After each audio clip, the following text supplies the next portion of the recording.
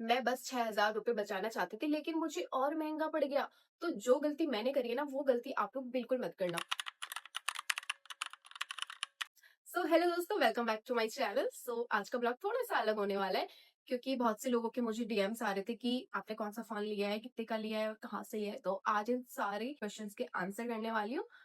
Video को and तक ज़रूर देखना। तो जब फ्लिपकार्ट की सेल अनाउंस हुई थी ना, तब से ही मैं इसका वेट कर रही थी और स्पेशली मैंने ब्लैक मेंबरशिप भी ले ली थी, जो कि मुझे पड़ी थी 299 की, जो कि अर्ली एक्सेस होता है। क्योंकि मुझे लगा था अगर मैं अर्ली एक्सेस लेती हूँ तो शायद मुझे और सस्ता मिल जाएगा।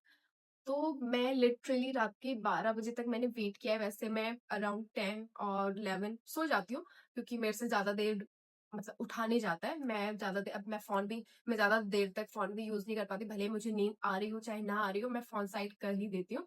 तो लेकिन उस दिन मुझे सुबह से ही ना बहुत ज़्यादा नींद आ रही थी, दिन से ही। एक तो मैं दिन में भी सोई नहीं थी उस दिन, तो मुझे ना बहुत ज़्यादा नींद आ रही थी एक तो मेरे से उठा नहीं जा रहा था रात को। तो बड़ी मुश्किल से एक तो मैंने 12 बजे का वेट करा, ठीक है? फॉर मी मुझे लिटरली ये लगा कि जब सेल स्टार्ट होगी तो शायद प्राइस और कम हो जाएगा। आई मीन जो ब्लैक मेंबरशिप वाले हैं, जो मैंने अर्ली एक्सेस लिया ना, मुझे लगा कि अर्ली एक्सेस वालों को शायद और अच्छा डिस्काउंट मिल जाएगा। तो बेसिकली मैंने ना आईफोन 17 लिया है, जिसका प्राइस अराउंड 82,000 था। और जब सेल अनाउंस हुई थी तो सेल के 2-4 दिन पहले से ही उसका प्राइस जो था 76,000 हो गया था, जो कि 6,000 पहले ही कम हो चुका था।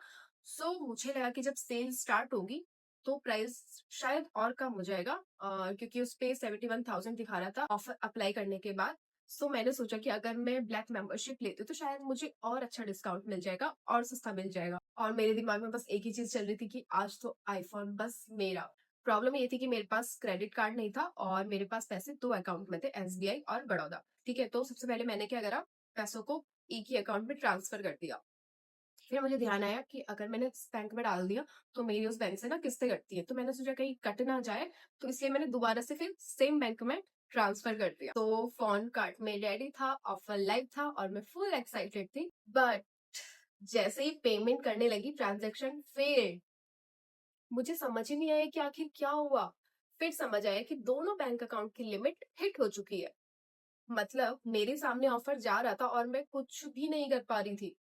और ऊपर से 24 घंटे बाद 1,000 प्राइस और बढ़ गया था उसका, जो कि 76,000 का मिल रहा था फोन बिना ऑफर अप्लाई करे, वो हो चुका था 77,000 का।